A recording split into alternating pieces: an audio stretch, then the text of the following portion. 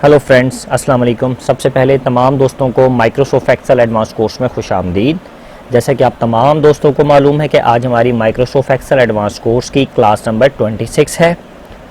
और फ्रेंड्स, हमारा आज का टॉपिक है how to calculate expiry date in Excel, कि आपने एक्सेल के अंदर एक्सपायरी डेट को किस तरीके से कैलकुलेट करना है। तो दोस्तों, सबसे पहले अभी तक जिन लोगों ने मेरा YouTube पे channel sir Arsalan PC tips को सब्सक्राइब नहीं किया तो वो काइंडली सब्सक्राइब कर लें, ताकि मेरी हर नई आने वाली अपडेट और हर नए आने वाला कोर्स आप लोगों को बआसानी तौर पर मिल सके। आप में से एक स्टूडेंट का सवाल था कि सर YouTube पर तमाम वीडियोस एक लिंक में देखनी हो तो किस तरीके से चेक करनी है।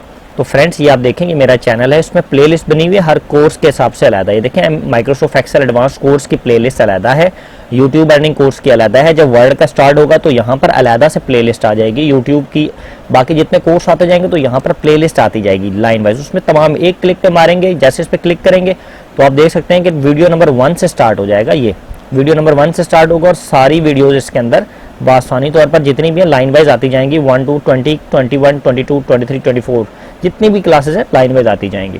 तो दोस्तों, अभी तक जिन लोगों ने मेरा फेसबुक पर पेज को सब्सक्राइब और फॉलो नहीं किया वो काइंडली फॉलो और सब्सक्राइब करें, ताकि मेरी हर नई आने वाली अपडेट आप लोगों को बआसानी तौर पर मिल सके। और इसी तरीके से मेरे वो स्टूडेंट्स जिन लोगों का ये इशू है कि सर आप प्रोजेक्ट का रिस्पॉन्स बहुत ज़्यादा लेट करते हैं, तो बराए मेहरबानी, मेरे पास बर्डन बहुत है काम का। मैं कोशिश करता हूँ ज़्यादा से ज़्यादा आप लोगों के प्रोजेक्ट का रिस्पॉन्स कर सकूँ, कि उसका रीज़न ये है कि मेरे पास नंबर्स ऑफ बंच हैं, काफ़ी सारे लोग हैं जिनके प्रोजेक्ट्स आ रहे होते हैं डेली बेसिस के ऊपर। मैं कोशिश करता हूँ ज़्यादा से ज़्यादा प्रोजेक्ट्स मैं करूँ, एक दिन में 4, 5, 6 मेरी कोशिश होती है जितना पॉसिबल कर सकूँ, क्योंकि मेरे पास काम ज़्यादा है, आप लोगों के लिए काम भी करना है, आप लोगों के प्रोजेक्ट्स का रिप्लाई भी करना होता है।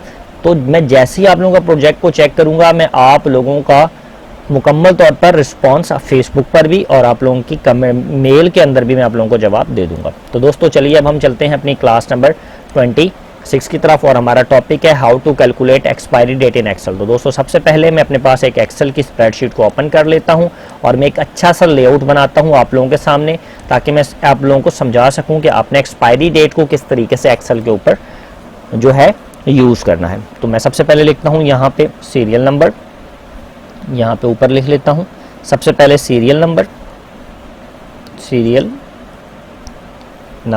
उसके बाद मैं यहाँ पे लिख लेता हूँ नेम क्या है स्टाफ का, ठीक है। फिर मैं इसके बाद लिख लेता हूँ यहाँ पर फॉर एग्जांपल कॉन्ट्रैक्ट स्टार्ट कब हुआ, ठीक है। कॉन्ट्रैक्ट अब हम लिख लेते हैं कॉन्ट्रैक्ट स्टार्ट कब हो रहा है आपका। कॉन्ट्रैक्ट आपका जो है वो कॉन्ट्रैक्ट लेंथ आपकी कितनी है,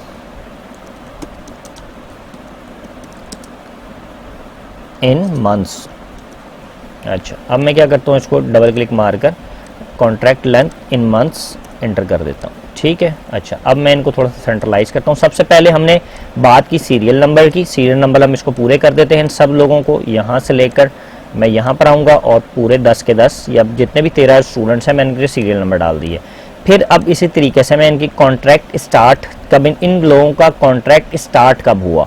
ये फॉर एग्जांपल आप एक कॉलेज के अंदर काम कर रहे हैं और ये आपका स्टाफ है, आपने बताना है कि इनकी जो ज्वाइनिंग डेट क्या है, ठीक है। कॉन्ट्रैक्ट स्टार्ट लिख सकते हैं या फिर ज्वाइनिंग डेट, कि इनकी ज्वाइनिंग डेट क्या है, ठीक। अब मैं इसको अल्टर एंटर मार के डाउन में कर देता हूं और इसको थोड़ा सा यहाँ पे करता हूं ताकि आप लोगों को बआसानी नजर आए। अब मैं कॉन्ट्रैक्ट लेंथ, जो कॉन्ट्रैक्ट की लेंथ होगी मैं इन महीनों में बताऊंगा, ठीक है।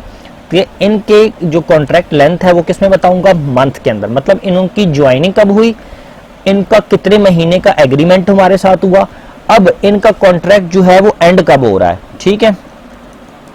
कॉन्ट्रैक्ट आप एक्सपायर लिख सकते हैं या फिर आप एंड लिख सकते हैं, एक्सपायर और एंड, कि आपका एंड कब हो रहा है, ठीक है। सिंपल से फार्मूला है आप लोगों के पास, कोई इतना ज्यादा नहीं है। अब उसके बाद क्या चीज हम लिखेंगे, रिमेनिंग डेज। हम डेज में भी मालूम करना चाहते हैं कि रिमेनिंग डेज कितने बाकी हैं, रिमेनिंग डेज ऑफ कॉन्ट्रैक्ट, ठीक है जी। रिमेनिंग डेज ऑफ कॉन्ट्रैक्ट हमने ये भी मालूम करना है, अल्टर एंटर में करके नीचे कर देता हूँ, सही। अब मैं यहाँ पर आता हूँ, इनको बॉर्डर्स करता हूँ। बॉर्डर्स करने के बाद एक एक कॉलम को अलग से बॉर्डर कर दूंगा ताकि मेरा जो काम है वो अच्छा लगे। इन सारों को पकड़ के मैं यहाँ से लेकर अपनी पूरी शीट पे इनको बॉर्डर्स दे देता हूँ ताकि मेरा काम अच्छा भी लगे और मुझे काम करने में मज़ा भी आए। अब मैं क्या करता हूँ, इन सारों को मैंने क्या कर दिया बोल्ड, और इनका कलर में जाकर आकर थोड़ा सा इनको येलो कलर में कर देता हूँ, इनको इस टाइप पे, ताकि मेरा मुझे काम करने में मज़ा भी आए और आप लोगों को सीखने में मज़ा भी आए। अब मैं इन सारों को बोल्ड कर देता हूँ। ठीक है फ्रेंड्स, मैं अब इन पर आकर मैं ऊपर इंसर्ट करता हूँ कोई भी एक कॉलम, और मैं यहाँ पे लिखता हूँ, इन सारों को मैंने बोल्ड कर दिया, मर्ज एंड सेंटर करने के बाद इसका कलर मैं पहले थोड़ा सा चेंज करता हूँ ऐसे। अब मैं यहाँ पे लिख देता हूँ जी कॉन्ट्रैक्ट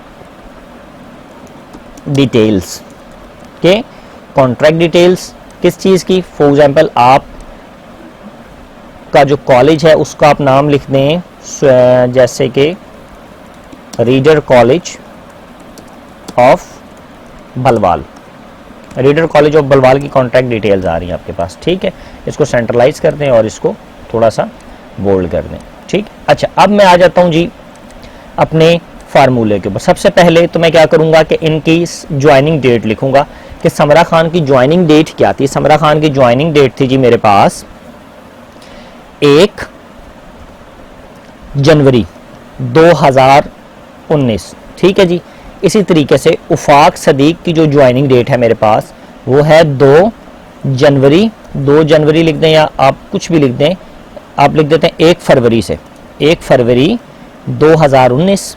इसी तरीके से अनीका की आप लिख सकते हैं 1 मार्च 2018। ठीक है, इसी तरीके से आप लिख सकते हैं कलसूम जहांगीर की 10 जून 2017। इसी तरीके से आप फायजा जबीन के लिख सकते हैं 15 मार्च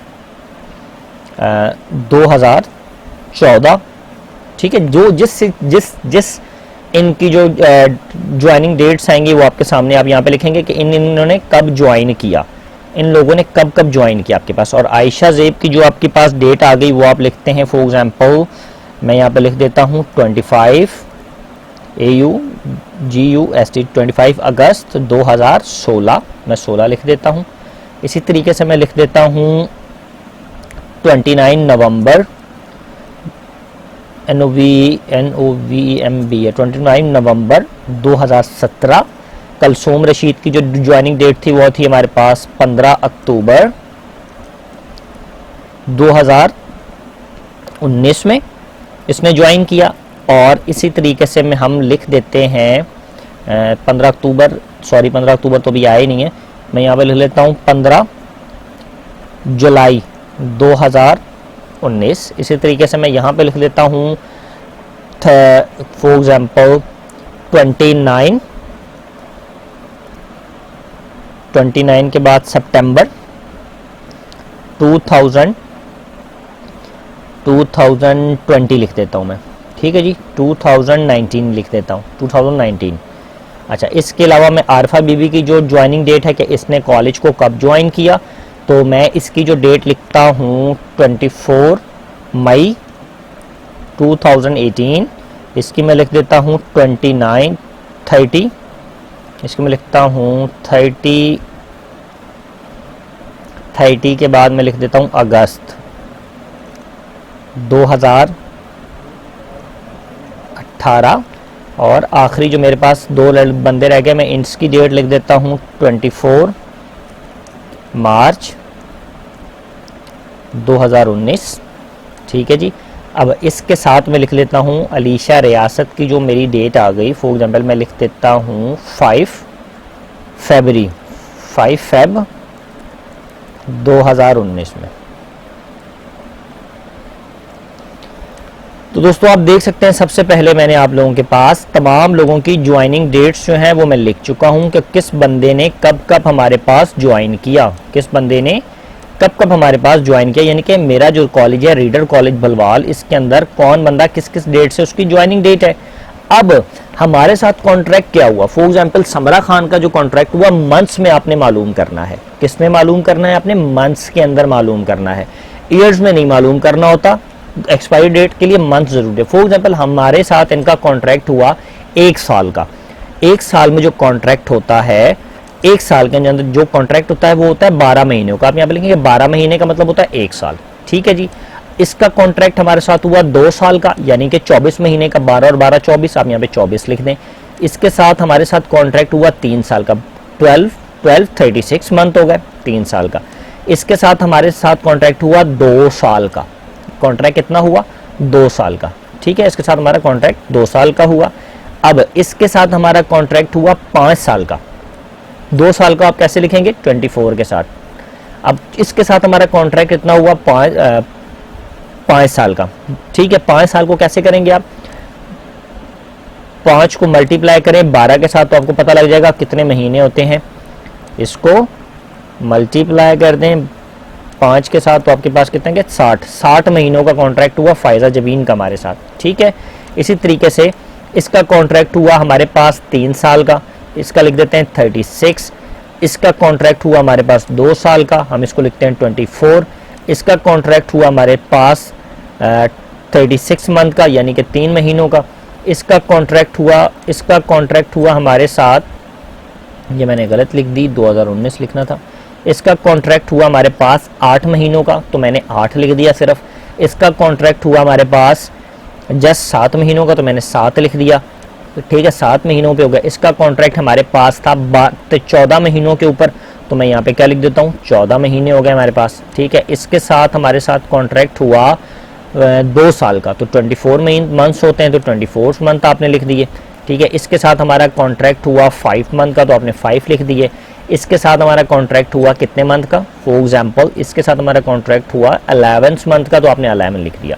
तो दोस्तों सबसे पहले भी आपने इनकी टर्म्स एंड लेंथ को लिख दिया है कि किस किस का कितना कितना जो हमारे साथ हुआ, यानी कि इसका 1 साल था इसकी कॉन्ट्रैक्ट। अब हम यहाँ पे निकालेंगे कॉन्ट्रैक्ट की एक्सपायरी, कि इनका जो कॉन्ट्रैक्ट है वो किस किस डेट को एक्सपायर हो रहा है।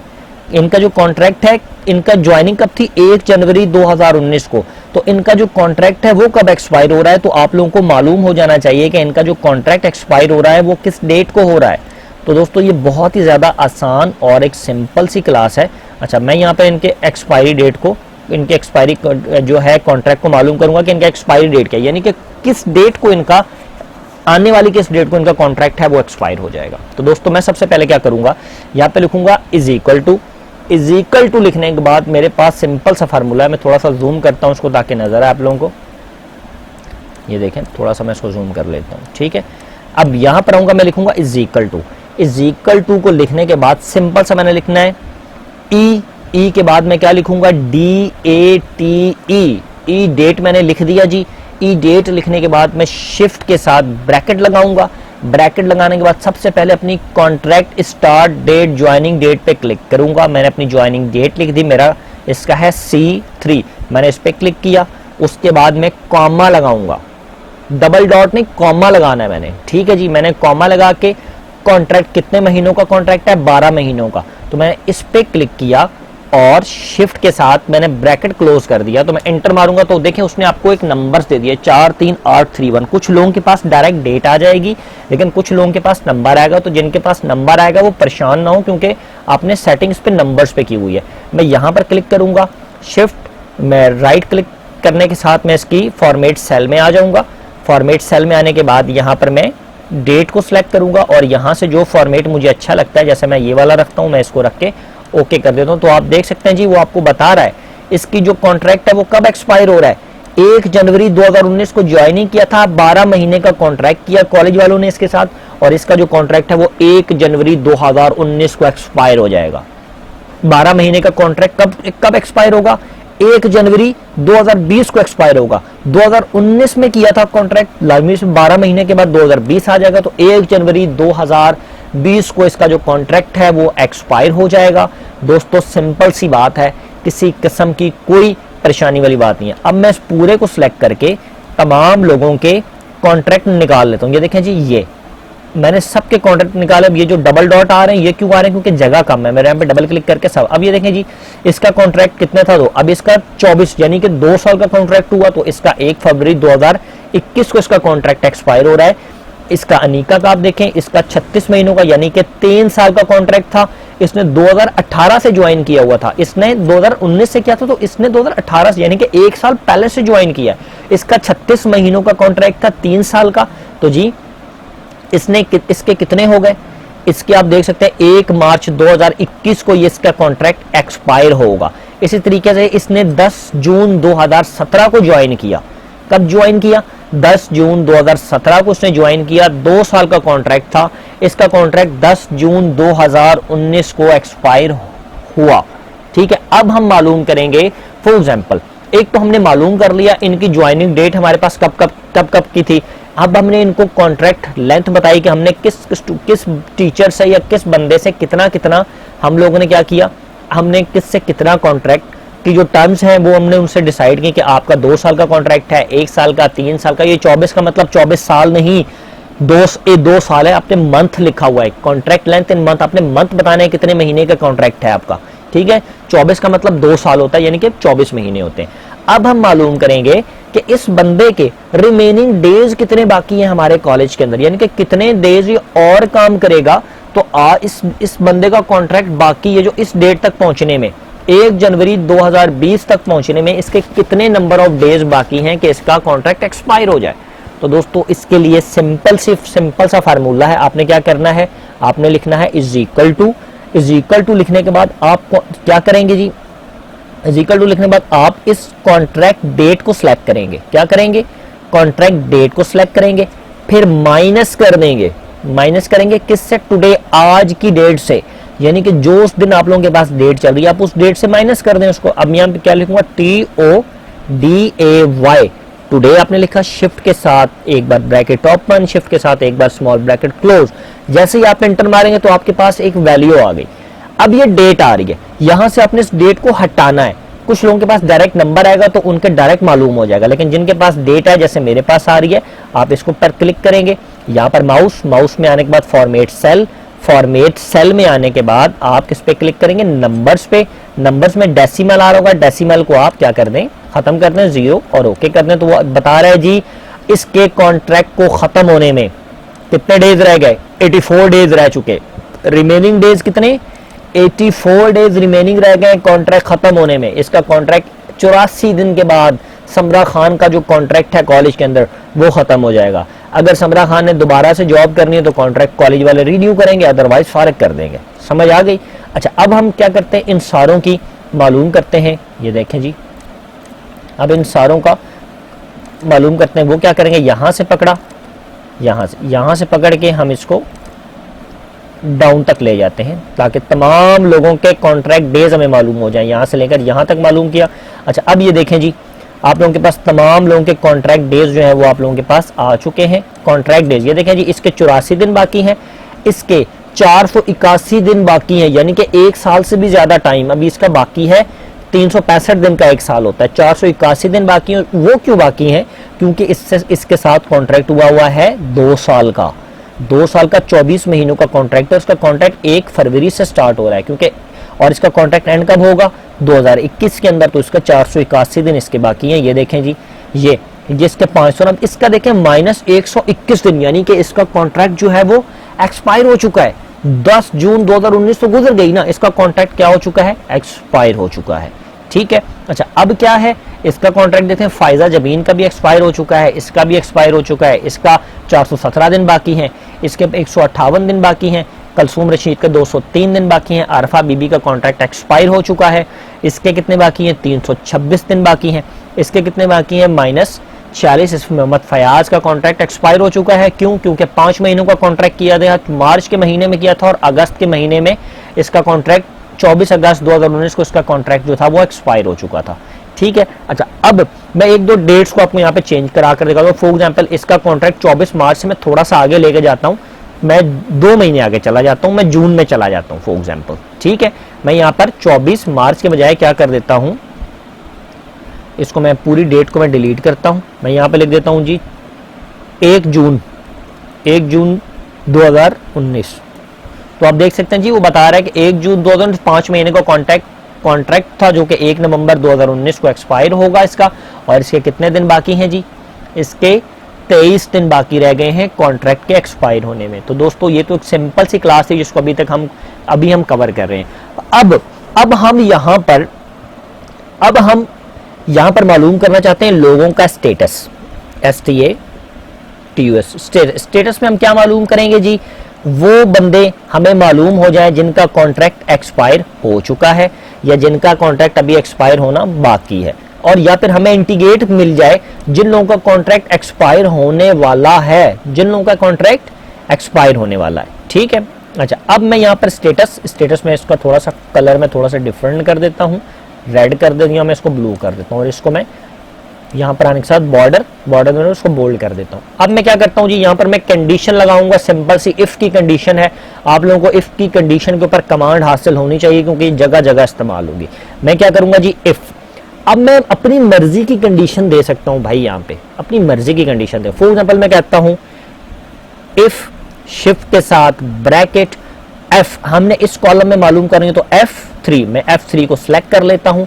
अब मैं क्या करता हूं, मैं कहता हूं कि अगर मेरा F3 वाली जो वैल्यूज हैं वो लेस देन हो, किससे, 0 से, किससे हो, लेस देन हो मेरी वैल्यूज 0 से, तो भाई मैं क्या करूंगा, कॉमा लगाऊंगा शिफ्ट के साथ डबल, तो मैं लिख दूं उस पे एक्सपायर। क्या कॉन्ट्रैक्ट मेरा जो था वो क्या हो गया, कॉन्ट्रैक्ट एक्सपायर, वहां पे लिखा हुआ आ जाए CONTRACT, contract EXPIRE, contract expired. ठीक है, एक्सपायर लिखा हुआ आ जाए, सिंपल सी बात है। ठीक है, यहां पर और शिफ्ट के साथ डबल कोटेशन लगाई। अब मैं दूसरी कंडीशन दूंगा, क्या दूंगा, दूसरी कंडीशन दूंगा। अच्छा अब मैं क्या लिखता हूं, यहां पर फिर कॉमा लगाया, कॉमा लगाने के बाद मैं बताता हूं IF स्पेस दे देता हूं, यहां पर IF के साथ मैंने हल्की सी स्पेस दे दी, यहां पर IF के से कॉमा के बाद स्पेस दे दी। अब मैं यहां पर शिफ्ट के साथ स्मॉल ब्रैकेट ओपन करता हूं। अब मैं उसको बता रहा हूं यही वाला मेरा कॉलम, इसको मैंने सेलेक्ट किया। अब मैं इसको बता रहा हूं जी लेस देन, ऐसे बंदे मुझे बता दिए जाएं जिनके 25 दिन बाकी हो, तो मुझे रिमाइंडर आ जाए, 25 दिन हो तो मुझे मालूम हो जाए कि इसका कॉन्ट्रैक्ट खत्म होने वाला है। ठीक है, अब मैं यहाँ पे लिख देता हूँ जी एक्सपायर, EXPIRE, एक्सपायर सून। क्या लिखना है मैंने, एक्सपायर सून मैंने लिख दिया। अब देखिए यहाँ पर मैंने थोड़ी सी गलती की फार्मूले के अंदर, मैं इसको दोबारा से मिटाता हूँ। मैं यहाँ पे लूंगा लेस देन, कितने दिन, 30 दिन से कम रह जाएं जिनके, लेस देन 30 दिन से जिन लोगों के कॉन्ट्रैक्ट, ठीक है, 30 दिन से जिन लोगों के कॉन्ट्रैक्ट कम रह जाएं, उनका क्या हो, उनका मुझे मैसेज आ जाए कि जी एक्सपायर सून। आप यहाँ पर कॉन्ट्रैक्ट एक्सपायर की जगह एक्सपायर्ड लिख सकते हैं, जो आपका दिल आए वो आप लिखें, कंडीशन में कोई लिमिट्स नहीं होती, जो भी दिल आए आप लिख सकते हैं। अब मैं क्या करता हूँ, कॉमा लगाया, कॉमा लगाने के बाद डबल पोजीशन लगाया, डबल पोजीशन में लिख देता हूँ EXPIRE, एक्सपायर SOON सून। शिफ्ट के साथ डबल कॉमा को मैंने बंद कर दिया। ठीक है जी, अब मैं यहां पर दोबारा से कॉमा लगाता हूं। अगर मुझे और कंडीशंस देनी है, अब मैं उसको कहता हूं जी इफ। ठीक है, अगर मैं यहां पे लिखता हूं इफ, दोबारा से शिफ्ट के साथ IF इफ लिख दिया मैंने, शिफ्ट के साथ ब्रैकेट लगाया। अब दोबारा से मैं इस पर क्लिक करता हूं और उसको बताता हूं ग्रेटर देन, अगर तो 30 दिनों से ज्यादा किसी लोगों के कॉन्ट्रैक्ट पड़े हैं तो उसके आगे मैं लिख दूं स्टेटस ओके आ जाए सिर्फ, या आप कुछ भी लिख सकते हैं, स्टेटस ओके आ जाए। अगर आप चाहते हैं कि कोई भी स्टेटस ना आए तो सिंपल बात है, यहां पर आकर डबल कोटेशन लग के ब्रैकेट बंद कर दें और आप एंटर मारें।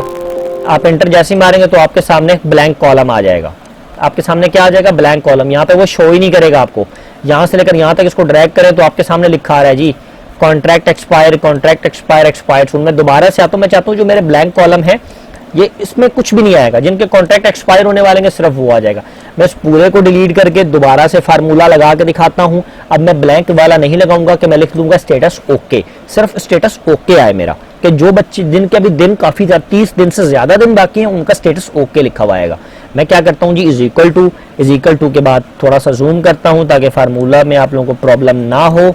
जूम करने के साथ मैं अपने फार्मूले पे आता हूं। ये देखें जी, ये मैं क्या करता हूं इज इक्वल टू के बाद क्या करूंगा IF इफ की कमांड, शिफ्ट के साथ ब्रैकेट, अपने रिमेनिंग डेज मालूम, ये इसको मैंने सेलेक्ट किया। मैं कहता हूं कि जी अगर लेस देन, ठीक है, लेस देन अगर किसका हो, लेस देन किससे हो, 0 से। अगर 0 से नीचे यानी कि कोई बंदा ऐसा हो जिसका कॉन्ट्रैक्ट 0 दिन भी नहीं बाकी हो, तो उसको क्या चीज शो करता है, एक्सपायर। कॉमा लगाऊंगा, शिफ्ट के साथ डबल पोजीशन, उस पर मैं लिख देता हूं EXPIRED, एक्सपायर्ड लिख दिया मैंने, ठीक है, कि उसका कॉन्ट्रैक्ट क्या हो चुका है, एक्सपायर्ड हो चुका है। शिफ्ट के साथ डबल पोजीशन से कॉमा बंद करूंगा, उसके बाद दोबारा से कॉमा लगाऊंगा, क्योंकि मैंने एक कंडीशन दे दी।